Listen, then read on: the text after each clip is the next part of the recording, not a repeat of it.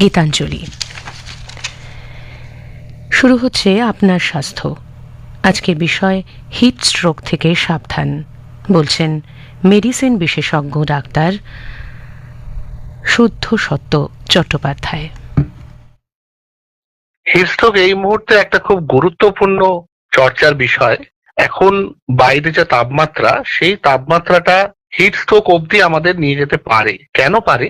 Heatstroke হলো আমাদের শরীরে কোনো কারণে যদি বাহ্যিক তাপমাত্রা অনেকটা বেশি হয়ে যায়, তখন আমাদের শরীর সেটার সাথে অ্যাডজাস্টমেন্ট সেটা করে উঠতে পারে না। ধরা যাক আমাদের শরীরের ভেতরে যে তাপমাত্রা সেটা হচ্ছে 37°C।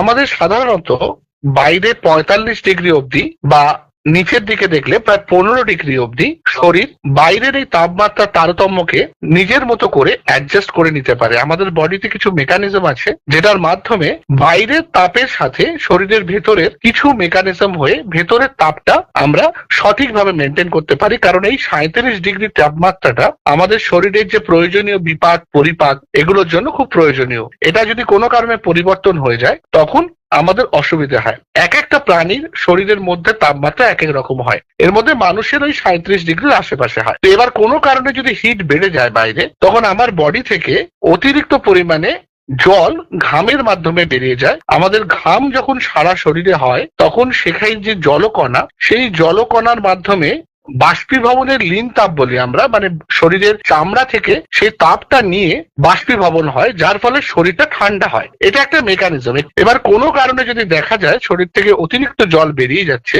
এবং বাইরে আর্দ্রতার পরিমাণ খুব কম, তখনই এই হিট স্ট্রোকের সমস্যা হতে পারে। অর্থাৎ বাইরের তাপমাত্রার সাথে আমার শরীর অ্যাডজাস্ট করে উঠতে পারছে না, আমার ভেতরের তাপমাত্রা বাড়তে থাকছে। এই তাপমাত্রা যখন বেড়ে 38°, কখনো 38.5°, কখনো বা 40° অব্দি পৌঁছতে পারে, সেই সময় কিন্তু হিট স্ট্রোক হয়ে যেতে পারে। যদি আমরা দেখি যে সে বাইরে কাজ করছে, ডিরেক্ট সানলাইটে কাজ করছে বা গরম এনভায়রনমেন্টে কাজ করছে, তাদের ক্ষেত্রে এটা হওয়ার সম্ভাবনা সবচেয়ে বেশি। দীর্ঘ সময় ধরে যারা বাইরে উচ্চ তাপমাত্রায় থাকছে, লক্ষণগুলো কি হতে পারে? প্রথম দিকে যেটা সবার আগে হয় সেটা হচ্ছে মাথা যন্ত্রণা করে, একটা অদ্ভুত হেডেক, মাথার বিশেষ করে কপালের কাছে একটা মাথা যন্ত্রণা শুরু হয়। তারপর আস্তে আস্তে চোখের দৃষ্টি একটু ঘোলাটে ঘোলাটে হতে থাকে, আর শরীরে একদম ঘাম হয় না, মানে অ্যাকচুয়ালি ঘাম হচ্ছে কিন্তু সেই ঘামটা এত তাড়াতাড়ি বাইরে চলে যাচ্ছে যে ঘামটা আর অনুভব করা যায় না। এরপর হাত পা গুলোর মধ্যে একটা অদ্ভুত অসাড় ভাব তৈরি হয়। অনেক সময় হাত পা গুলোর মধ্যে একটা সেন্সলেস ভাব তৈরি হতে থাকে এবং এটা আরো বাড়তে থাকলে তখন চোখের দৃষ্টি ক্রমশ ঝাপসা হয়ে গিয়ে মানুষটা পড়ে পর্যন্ত যেতে পারে, অজ্ঞান হয়ে যেতে পারে। এইটাকে সাধারণত আমরা হিট স্ট্রোকের পারম্পরিক লক্ষণ বলতে পারি আর কি। হ্যাঁ, অবশ্যই রুজির জন্য তো সবাইকেই বাইরে বেরোতে হয়।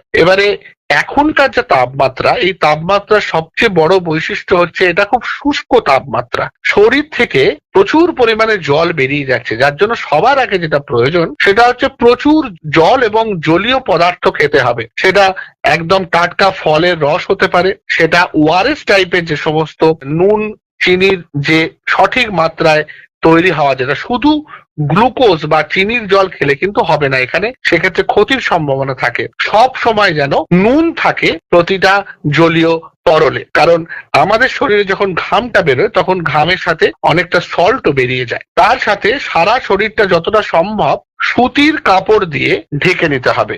হাত থেকে আরম্ভ করে যদি সারা শরীরে সুতির কাপড় পরা যায় খুব ভালো। ইভেন কপাল ঢাকতে হবে, ভালো করে মাথার ঢাকা থাকতে হবে।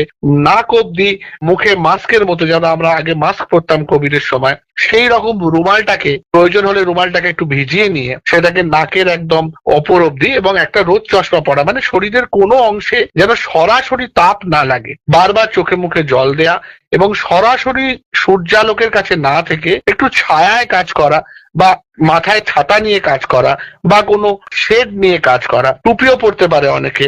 এই জিনিসটাকে মানতে হবে এবং যতদূর না বেরোলে নয় তখনই বেরোতে হবে। দেখা যায় যদি কিছু অসুস্থ মানুষ থাকে, বিশেষ করে যাদের হার্টের সমস্যা আছে, কিডনির সমস্যা আছে, তারা এই সময় যতই সমস্যা থাক বাড়ির বাইরে কিন্তু না বেরোনোই ভালো।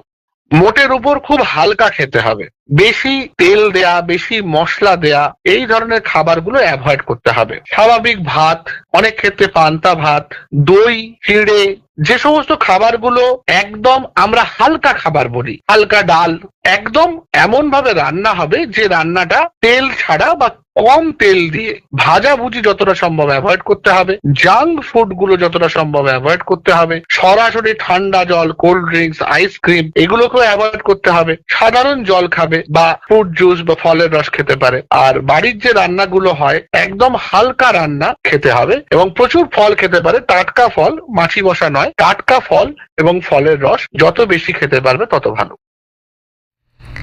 আপনার স্বাস্থ্য অনুষ্ঠানে এতক্ষণ শুনলেন কথিকা হিট স্ট্রোক থেকে সাবধান, বললেন মেডিসিন বিশেষজ্ঞ ডাক্তার শুদ্ধ সত্য চট্টোপাধ্যায়। আকাশবাণী কলকাতা, গীতাঞ্জলি। এখন